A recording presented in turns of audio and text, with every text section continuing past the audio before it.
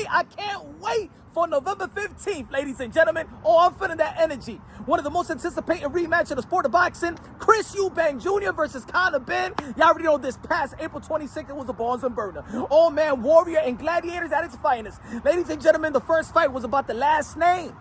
Shout out to Chris Eubank Sr., shout out to Nigel Benn. But this fight right here, November 15th, Thanksgiving is coming early for me. But this fight right here is about the first name, not the last name. It's about Chris and it's about CONOR. Ladies and gentlemen, because that first fight, they made it about their legacy now. They moved away from the shadows of their dad. They made their mark. Look, I am a fighter. I'm not just Nigel Benn's son. I am a good fighter. I'm not just Chris Eubank Sr.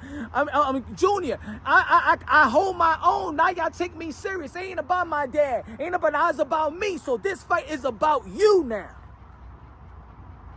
You out the shadows, folks. Both CONOR and Chris is out of the shadows of their dad, and it's now for them to make their mark. This is the first fight of their career that is not about the fathers anymore. I ain't thinking about the dad no more. I haven't been thinking about Chris Eubank Sr. nor Nigel Benn. Hey, yo, let me clarify in reference to my statement that I made just now about that this is going to be the first time that Chris and CONOR are going to be fighting for themselves and not their dads, right? Because we all know that Chris and CONOR never been a world champion, right? So their existence in the sport of boxing has just been that they're the sons of legends, right? They had to overcome that cloud. Oh, you just made it, or you just get the attention, or you just get a promotional deal, whatever, because you're the sons of Chris Eubank Sr. and Nigel Benn. But because of the first fight, because of that magical moment, that magical war, you know what they say, that you can't fill my shoes? Oh yeah, they fill those. They fill their daddy's shoes. They wore them, but now they taking it off and they lacing up their own shoes. They out the clouds. And this is the reason why I said this is the first fight that the boxing world fully respect them for Chris and CONOR. Not because he's a Benn and not because he's a Eubank Jr. You want to see the fight. This rematch, you want to see the fight, not because, oh, it's just the father thing.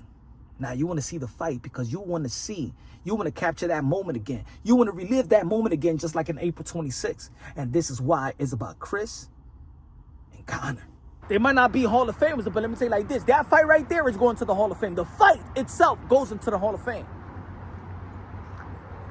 I believe that CONOR Benn got more to give the sport of boxing, more of an upside. He's younger, right? Only, 27, 28 years old, right? And I know that this series, this fight right here has, actually, not strategically, but it actually went away from the traditional way of how he was going to get built. I believe right now he could have been a champion in the 147-pound division, especially right now. We got what? Brian Norman Jr. is the, you can act arguably by default the best welterweight right now, because Bruce Ennis left to the 154-pound division. Earl Spence lost to Bud Crawford. Bud Crawford moved up to 154 and then went to 168 to become a 3-division undisputed world champion by being Canelo Alvarez. Keith von Tom Thurman 154. Danny Swift Garcia just retired. Shout out to Danny Swift Garcia.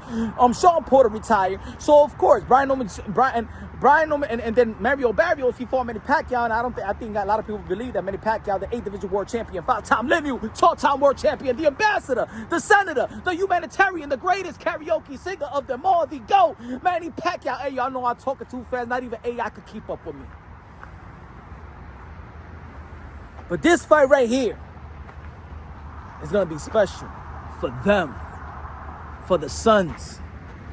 Because it ain't even about tying it up. Because if CONOR beats Chris Eubank Jr., he's not going to tie it up. He's not going to tie it up for the last name. And Chris Eubank Jr. now really has to step away from the shadows. Because he fought for himself. He fought for his dad. And he went to prove to his dad that he is a warrior. Now, you have to prove it to yourself. The motivation is you now. It ain't about the dad. The motivation ain't about Nigel Benn for CONOR Benn. It's about CONOR. Because if CONOR loses to Chris Eubank Jr., man, he's going to take a step back. Because in all actuality, he already took a step back. He already had his setback just waiting on this fight. CONOR Benn needs this fight more than Chris Eubank Jr. Needs this. He needs this. And I'm going to say it like this. I think that he's going to come with an extra fire. I think this fight could be like the first fight. Could Chris Eubank Jr. do what he did in the first fight? Because in the championship rounds, ladies and gentlemen, that's the definition of the championship rounds, man. You saw the testicular fortitude, the mental fortitude, the battle of nutrition by both men. But Chris Eubank Jr. just had a little bit more, just a little bit more to give. And I believe that Conor Benn can make the adjustments. I believe that Conor Benn have more of an upside right now. And I think that Conor Benn may come up with the upset, in my opinion. I got Conor Benn. And I like Chris Eubank Jr. I love how everything came out to, man, you couldn't write a script like that. You know what I'm saying? I believe that's one of the best moments in the history of the sport of boxing, one of the best fights in the history of the sport of boxing. I think we're going to see another Barnes and Burner. I wish I could go out there in the UK. I'm thinking about it myself. Anybody got some tickets? You got some tickets for your boy Punch Wrong Boxing, a.k.a. Mr. Moonshot himself? But ladies and gentlemen, let me know what y'all think. Subscribe to the channel, smash the like button. Rest in peace, Ricky Hatton. And my condolences go out to his family once again. Boxing royalty. And we're going to see is boxing royalty again. And shout out to the UK fans, one of the best fan base in the sport of boxing. For real, man. I got to go out there, man. Love y'all. Y'all already know. Subscribe to the channel, smash the like button. Love you. God bless. And on to the next.